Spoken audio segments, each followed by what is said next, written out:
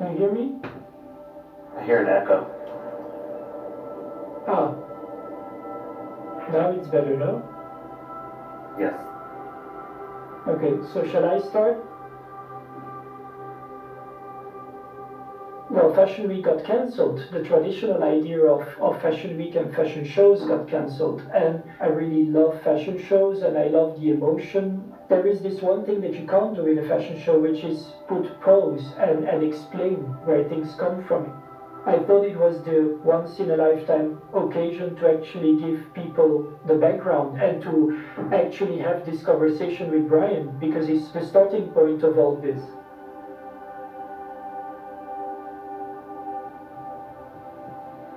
Well, color has always been my thing.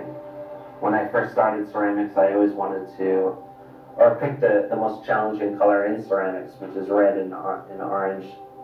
I mean, there's endless combinations of glazes that I could develop, but how can I get as much variation from this one pigment using 15 different formulas of different glazes, if that makes any sense? One of the things that I try to do in each piece is get a lot of variation in color and texture. I'll make one sculpture with that's all purple, but it'll have like 5 to 10 different glazes with all the same pigment. So there's still that a lot of variation and layering of glazes, but all the same pigment.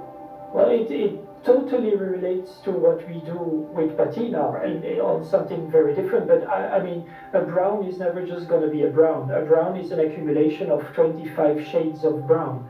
A red is the same. So it's really interesting. I mean, it's been a really new thing for me to work color in that way, to feel free to have 25 shades of a same color. Before I would break everybody's head over getting one exact tone of a color for like a whole outfit, which would then be totally nerve-wracking because it's really complicated too. But so it's a whole new way of working colors, so it's interesting.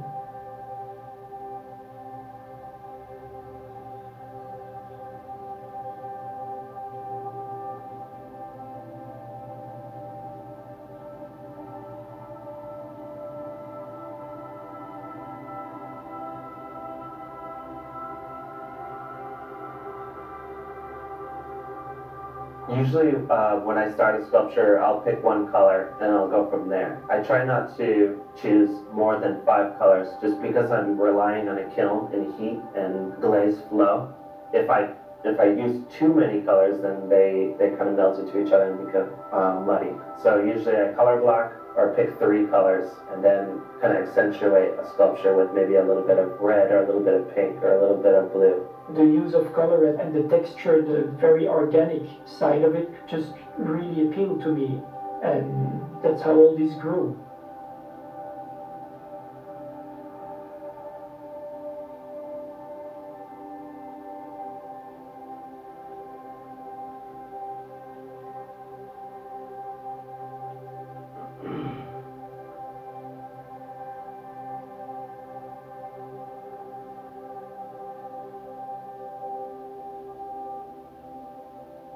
This is actually the first time that I'm doing a collaboration on the ready-to-wear. I got to Berluti 2 years ago, and I guess the first steps for me were to understand the DNA of the brand, to understand the history of the brand and what I wanted to bring to the brand. And so, in a kind of a egocentrical way, there was no room for a third inspiration. It needed to be me and Berluti, and it took 2 years to work that out, I guess.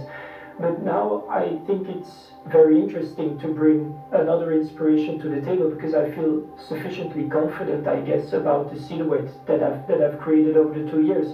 And so just by, I guess, falling in love with the work of Brian, just kind of all at once clicked in my head that it would make for a very good connection. I work with a photographer in Los Angeles who comes to my studio, and the way that we set up my work to be photographed is because I'm working on a 3-dimensional object with that's layered with texture and colors. It's very kind of difficult to translate that into like a JPEG or like a two-dimensional surface. But when it does actually translate to a computer, it's pretty amazing the details that can be captured and the depth that can be captured with in 2 dimension. Even though like my work does command a lot of attention in real life, that'll be interesting to see how that translates.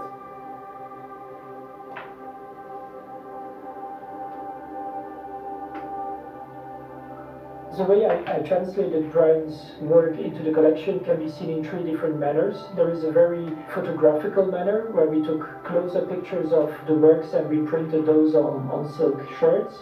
There is a more artisanal manner where we've been knitting sweatshirts by hand and basically using Brian's work as an inspiration. The third interpretation is, I guess, the most traditionally Barluti one, where we see how far we can go color-wise and structure-wise with patina to try and create graphically something that relates to the work, but which is obviously like a more handcraft and traditional way of interpretation. So there's the silky shirts, which is literal, and then there is the patina way, which is way more Barluti.